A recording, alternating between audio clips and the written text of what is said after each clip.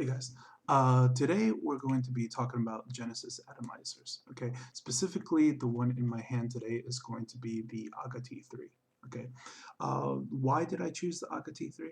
Um, for many reasons. Okay, we'll get into that. Uh, Mainly, I made a video about this because there's a lot of things that I need to teach you guys about. Okay, that applies to like all sorts of Genesis atomizer, not just Genesis, but like atomizers in general, and the fact that currently all the Aga-T3 videos that's on YouTube at the moment are terrible. Okay, it's just terrible. I don't care if I hurt anybody's feelings. They're bad. Okay, in the search engine above right there, go ahead and type in Aga-T3. You'll see the other videos that are there. If you happen to own one, okay, you'll know what I'm talking about. You'll watch those videos and wow, it was of no help. Okay, so basically the first thing about this item, okay, is that like, oh, in this video I'm gonna talk above, way over people's heads, okay, because I don't believe that an Aga-T3 is going to be your first Genesis atomizer. No way. Jennies have been around for a while already now, okay, and if you're into this, chances are this is at least, you know, your second Genesis atomizer. Okay, you definitely had went through like at least the first Agas or you know, something else. Okay, like a Cobra, a Zen, anything. Okay, so what's so great about this Genesis? Okay, uh, for me, this is the first Genesis atomizer in my hands. Okay, for 50 bucks. Okay, so it's not, you know, it's not real cheap. It's not expensive either. You could get this one, and you don't have to tilt in order to use it. While all other like Jennies and things like that, steam turbines and whatever, you know, you have to tilt in order to use it. You know, so that it wicks properly. This thing is different because you know the wick is dead center in the middle, and I'll just really quick show you my build. See this? Nice and clean, very even. I'm very good at building stuff. Anyways, um, this thing, okay, had its problems when I first got it. Okay, it's fixable, it's solvable. Okay, which still gets a thumbs down from me because you know, you buy an item, you spend 50 bucks, it shouldn't have problems. But if it does, here's how to fix it. Okay, the seal at the bottom of the 510 connection, okay, garbage, absolute garbage right away. Okay, what happens is that like it comes with a very thin seal. Okay, and when you turn the screw or whatever, metal on metal cuts it in half, rips it right away. So what happens when it rips?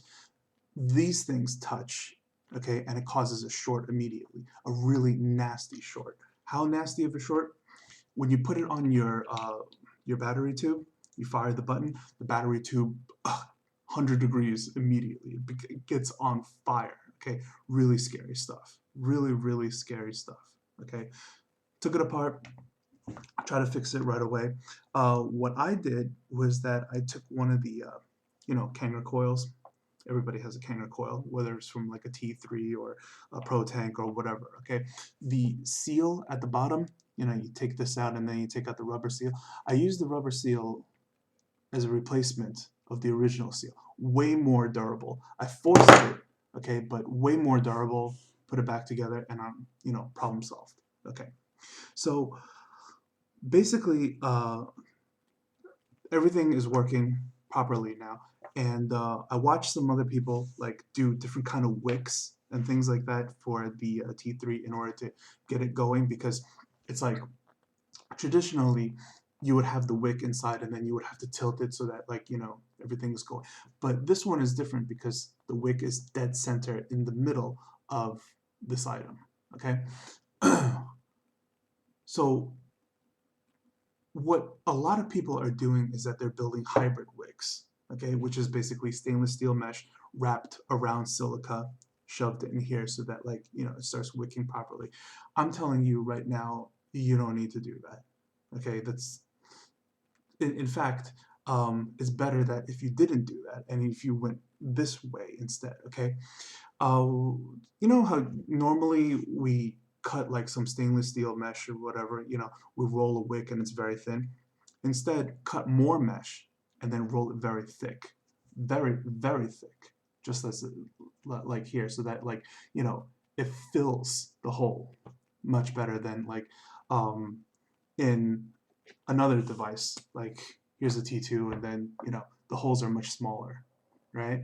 This one is one giant one in the middle, right? Okay, so roll a bigger wick and then put it in the center. Okay, there's a reason for this. When you roll a bigger wick, okay, and then you place it in here, later on when you fill this thing, you want to fill it through the wick as opposed to the hole. I noticed that other people's videos, okay, after they took their syringes and then they try to fill the thing, it wasn't filling more than halfway before it's starting to fight it, and then like juice is coming out like from where the wick was. Okay, instead, what you want to do is that like where the fill hole screw over here, right? Okay, so we twist this and then we just release the screw real quick, right? And then we set the screw aside. You want to lean the atomizer, you know, where the air towards the fill hole. Keep your syringe in the wick, right, with your e-liquid in the syringe. As you fill it, okay, it'll come up and then all the air will come out through the fill hole. So you're doing like a reverse thing, you know what I mean? As opposed to like trying to fill it through the air hole. If you try to fill it through the air hole, I guarantee you this thing will start to pour out halfway through. There's no way you're filling a full tank. And what's bad about the T3 is that like the tank capacity is very small.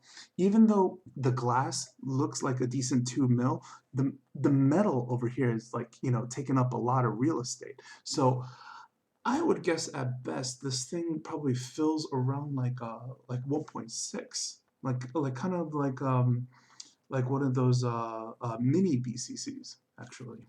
Okay, so uh, those are the things that you generally need to know. I mean, building these things, if you own other Genesis, you look at this thing, okay, you have an idea of how to build it right away. Okay, the only things that, you know, few tips that for me to help you out with is how to fill this thing all the way to the top with no problem, right? And in case you break the seal, as I did, because I broke it within like 15 minutes of owning this item, you can always like fix it with a, you know, some parts from a Kanger coil. And after that, you know, you put everything back together and this thing vapes very nice. There's not many things that like you could own that, you know, you take this, you put it on a mod, you fire the button, and the thing is just constantly auto wicking. You know what I mean? Like you could just keep holding the button down and it's just wicking and wicking and wicking. If I normally don't do this because I think it's a waste of time, but like I guess I can show you right now. So I'll just go ahead and then put it on an ME and you know, adjust this thing a little bit.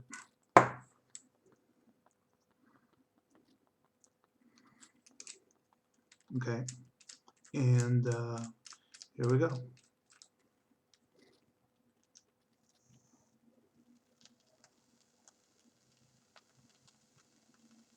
I'm not tilting, I'm not doing anything, you know what I mean? By now it should have been dried out already. Okay, I'll give it a second, I don't want it to get too hot. 3, 2, 1.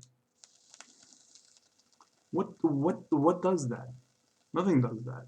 You know what I mean? You put a dripper, you got to re-drip again. You put a Genesis, you got to tilt so that like, you know, it re-wicks over and over again.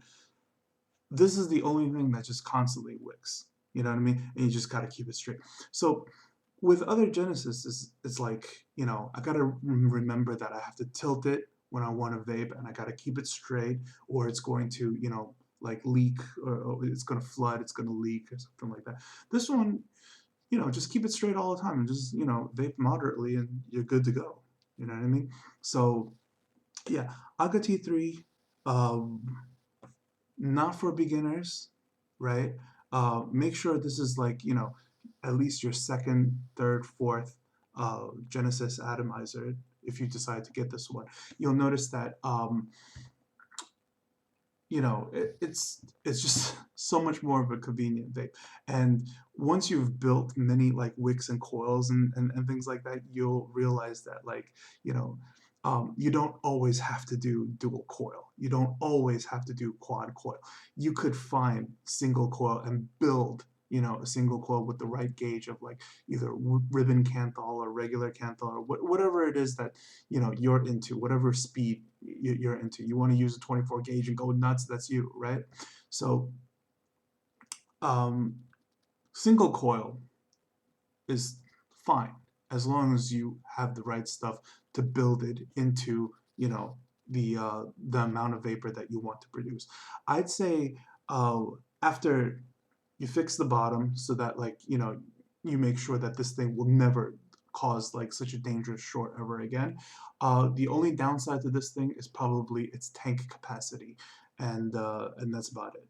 Okay, so as far as building things, you should already know how to build it. If you don't know how to build it, then I guess you could watch the other crappy videos that was made of just like, generally how to build it. Okay, but what you need to keep in mind is the way to fill it, which is filling it through the wick and leaving the hole open so that all the air leaves from the fill hole, right? And build yourself a really fat stainless steel mesh wick inside. Okay, instead of building hybrid wicks or shoving like a ton of silica and fighting it back and forth or whatever. No, don't do that. Just do it like this, right? And then suddenly you'll have like a maintenance-free item. Refill, put your favorite juices in there. You know what I mean? Genesis, definitely you want to put in like your vape all day flavors in there, and it's going to be solid. You're going to be good to go for a long time. Okay, take care, guys.